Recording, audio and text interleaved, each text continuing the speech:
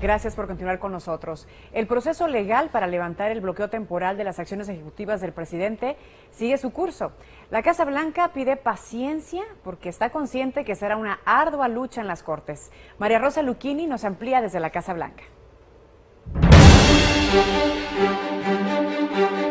La Casa Blanca confía que las acciones legales que está tomando el Departamento de Justicia para levantar la suspensión de las órdenes ejecutivas migratorias resulten favorables y finalmente se logre implementar la extensión de DACA y DAPA.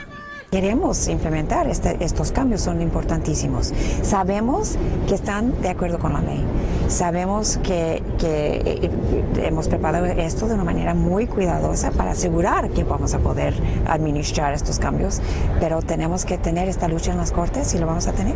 El pasado 12 de marzo, el Departamento de Justicia emitió una moción de emergencia en la Corte Federal de Apelaciones del Quinto Circuito en Nueva Orleans. Esto no se trata de que si la Corte más alta va a aprobar o desaprobar el fallo, se trata simplemente de que si van a tomar control del caso o no van a tomar control del caso y van a dejar el caso con el juez en Texas. La extensión de DACA destinado a soñadores hubiera comenzado en febrero y las posibilidades de que DAPA, el programa que ampararía padres de hijos ciudadanos y residentes permanentes, comience en mayo, son muy pocas, plantea este abogado. Personalmente tengo lastimosamente pocas expectativas de que comenzará a tiempo. De que comenzará sí tengo muchas expectativas, pero de que comenzará a tiempo, pocas expectativas.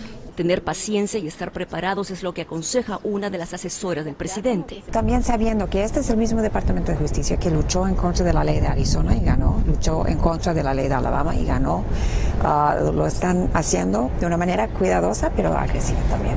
Mientras tanto, las críticas contra las acciones del presidente no cesan. Eso debe ser algo muy preocupante para todos los norteamericanos, porque eso quiere decir que hemos estado creando una dictadura, un presidente imperial, un presidente que puede, como en el caso del presidente Maduro, decretar cosas y decidir cosas por su cuenta sin contar con el Congreso.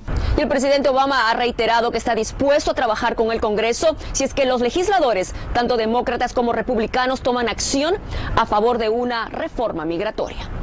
Desde la Casa Blanca les informó María Rosa Lucchini.